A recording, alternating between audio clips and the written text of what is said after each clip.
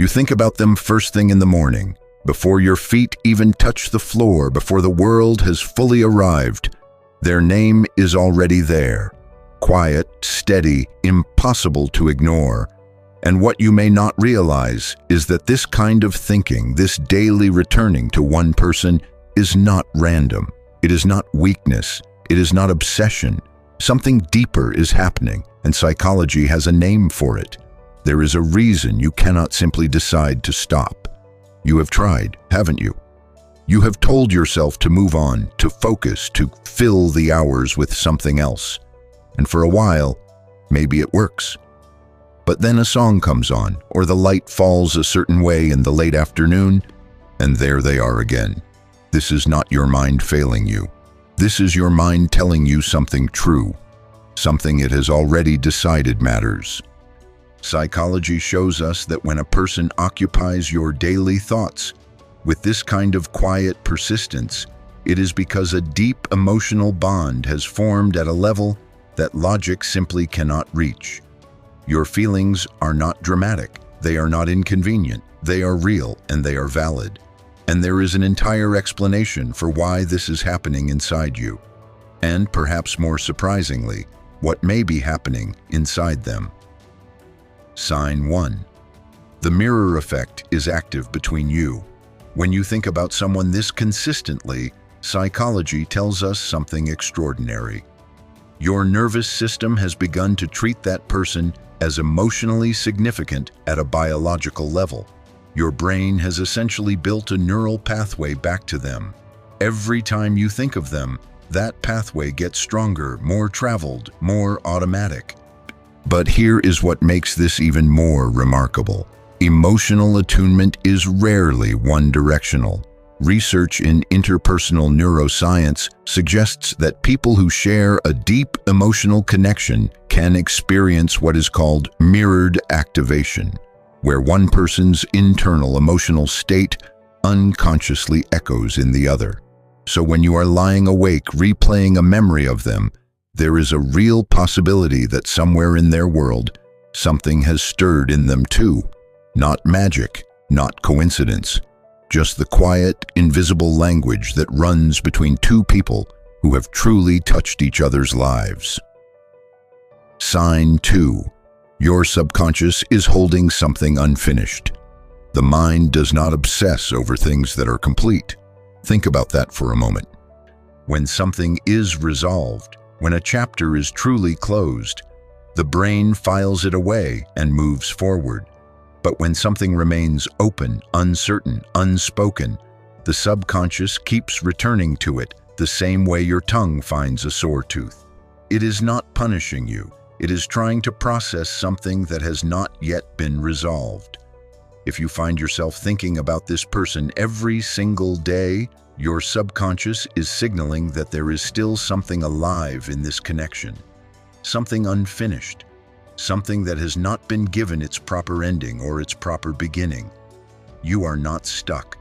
You are holding space for something your deeper self believes still has meaning. Sign 3. Your emotional memory has archived them differently. Not everyone we meet gets stored the same way. The brain has a filing system, and most people, co-workers, acquaintances, faces from the past, get filed in what you might call general storage.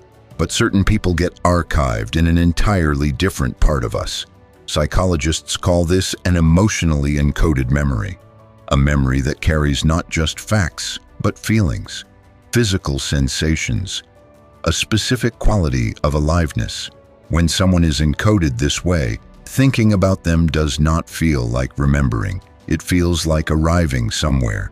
It feels like a place inside you that is somehow warmer than the rest. The fact that this person lives in that part of you is not something that happens by accident. It means something was exchanged between you that went beyond the surface.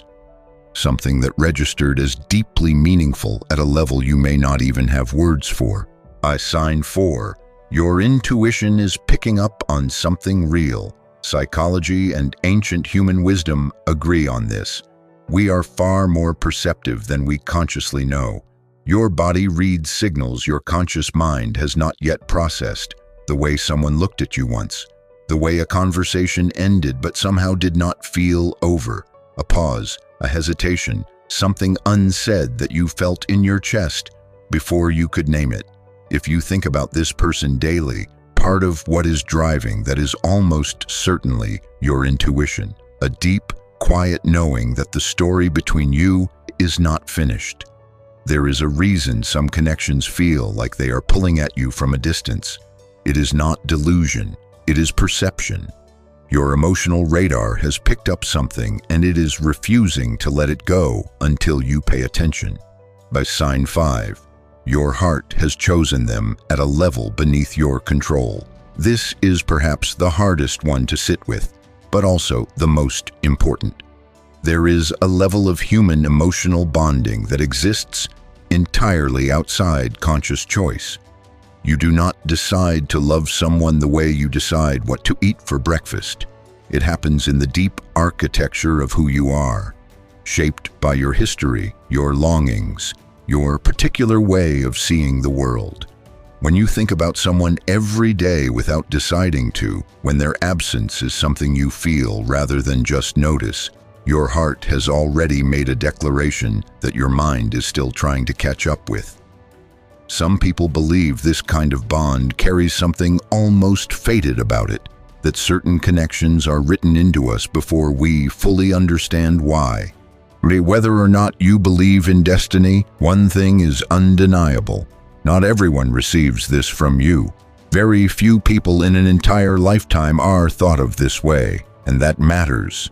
You deserve to be chosen, not tolerated, not kept at a comfortable distance, not held in someone's life as a backup or an afterthought. You deserve someone who thinks of you the way you think of them, with that same quiet daily constancy, that same returning, that same involuntary warmth. Do not minimize what you feel simply because it has not yet been met in the way it deserves. Your feelings are not too much. They are not excessive, not irrational, not something to be managed or medicated away. The depth with which you feel is not your flaw. It is your gift. It means you are capable of something that many people spend their entire lives searching for. The world may have taught you to shrink that capacity, to be careful, to not feel so loudly. But the truth is, the ability to love someone this deeply, to carry them with you without needing to perform it, that is rare, that is beautiful, and it is yours. Your silence is not cowardice. If you have not said what you feel, if you have held it inside and carried it quietly, that is not failure, that is wisdom, that is self-protection, that is you honoring something precious enough to guard. There is a difference between hiding from your feelings and simply choosing the right moment, the right container, the right circumstances. You are not afraid, you are careful, and careful in matters of the heart is a form of love too. If any of this has touched something in you today, you are not alone in feeling it. Here at Psychology Wisdom, we are building a community for people who feel deeply, think quietly, and deserve to understand what is happening inside them. Subscribe to this channel, leave a like if this resonated, and come back whenever you need to feel seen, because you always will be here.